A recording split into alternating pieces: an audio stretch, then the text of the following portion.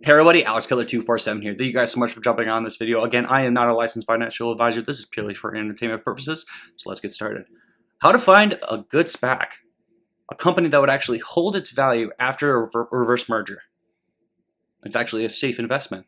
That's a big question that a lot of retail investors continuously ask me in direct messages on Twitter, as well as comment on my YouTube videos. And exactly, I'm going to take this time to teach you and give you some steps into investigating into a company and help you grow as an investor. It's exactly why I do what I do and the information that I provide on Twitter as well as here on YouTube. I actually want you to grow as an investor. I don't want you to always have to follow someone's word. I want you to be self-sustainable. So the guide I'm about to provide you is a surefire way to find a play or an investment that will give you at minimum a 250% to 500% return of investment. So let's get going. A quick six-step guideline to help you decide whether or not to invest into a company. Let's go over them. 1, the company sector and compound annual growth rate. 2, the infrastructure, the revenue timeline, the leadership, expansion and development plans, as well as are they an innovator or disruptor? Let's dive in. Number 1, compound annual growth rate as well as company sector.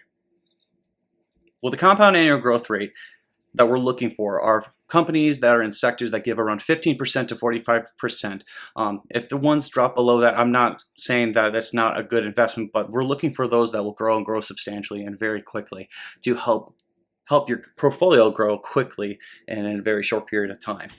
What are these kind of companies? Well, the following are what I like to invest into and truthfully create my portfolio and create the foundation for.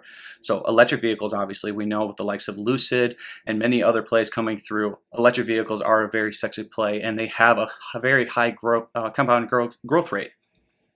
Electric vehicle batteries. If electric vehicles increase in demand, electric vehicle batteries are going to be a mainstay and they're going to grow substantially. We saw with the likes of QuantumScape, where they're not even generating revenue until 2025. Look how quickly they spiked. So electric vehicle batteries are a very popular investment to have. But again, you have to look a little bit deeper into the company before you invest. Financial technologies. We're in a digital age. We're in a digital era. Digital payments are here and are a mainstay. We see right now during COVID-19, people are truthfully not even accepting paper money. They're not accepting any greenbacks, and a lot of it's all credit. A lot of it's all PayPal, Square, Apple Pay, you name it. So fintech, truthfully, is the mainstay for the near future. I believe that greenbacks will start to die off soon. Cybersecurity and artificial intelligence. Like I said, in the fintechs, we're in a digital era. We're in where there's more digital alliance. There's going to be people hacking, and they're going to need to have some kind of security to protect their companies, to protect their industry. And artificial intelligence are going to grow substantially, and they're going to kind of work hand in hand. So again, I always say invest into the future. Don't invest in the now, and know the fact of what era we're about to rotate in or what we currently are in, and we're going to continue to grow into. So cybersecurity and artificial intelligence is a big thing. And e-commerce, I don't need to really go into too deep of detail into this. We know Amazon, we know Shopify, we even know Tokopedia and many others. E-commerce is here to stay. People don't really want to travel out and about right now, and I think that faux pas is going to kind of stay around for a long period of time. And then LiDAR as well as autonomous.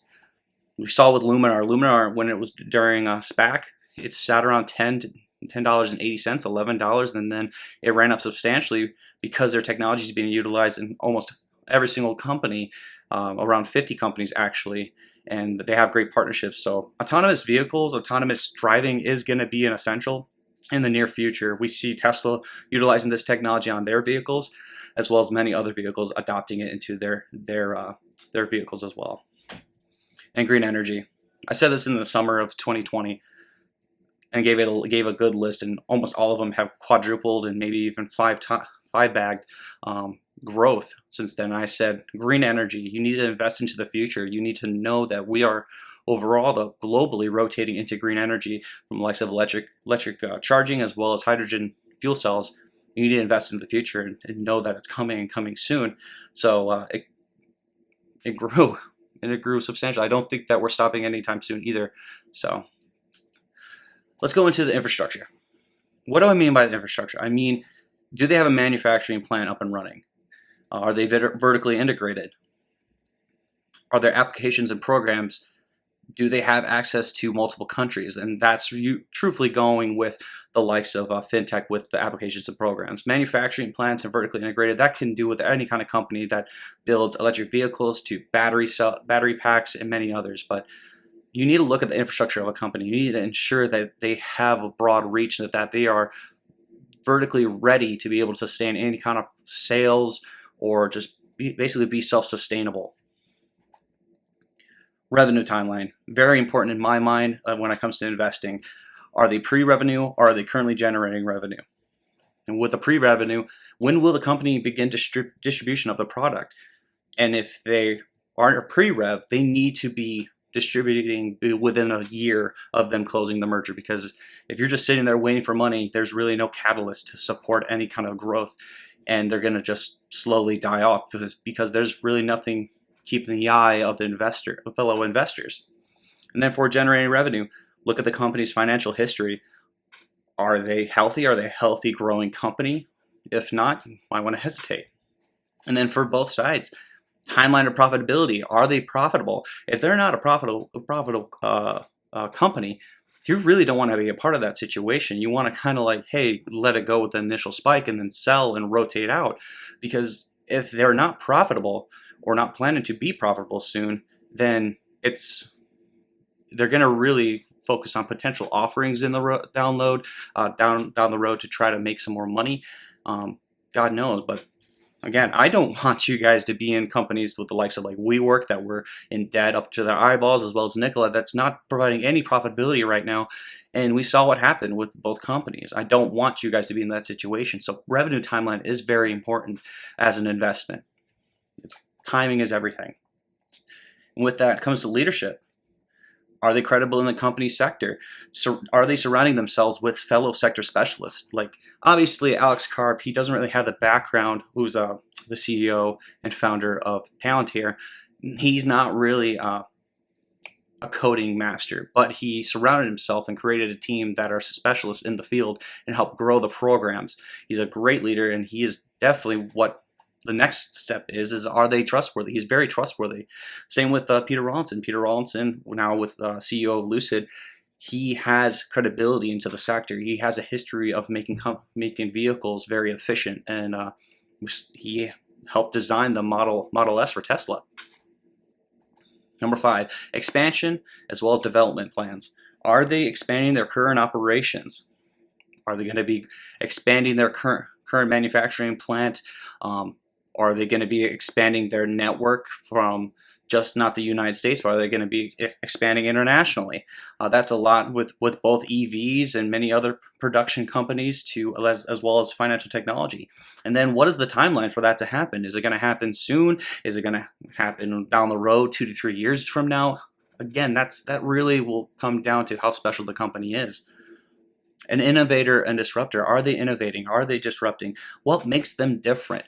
Because if the company really isn't doing anything different than the likes of other companies then that are already ahead of them, then why are you investing? Like, what makes this company different? Because if they're only at the beginning, then why are you investing into it? It should just go to the one that's already sustainable.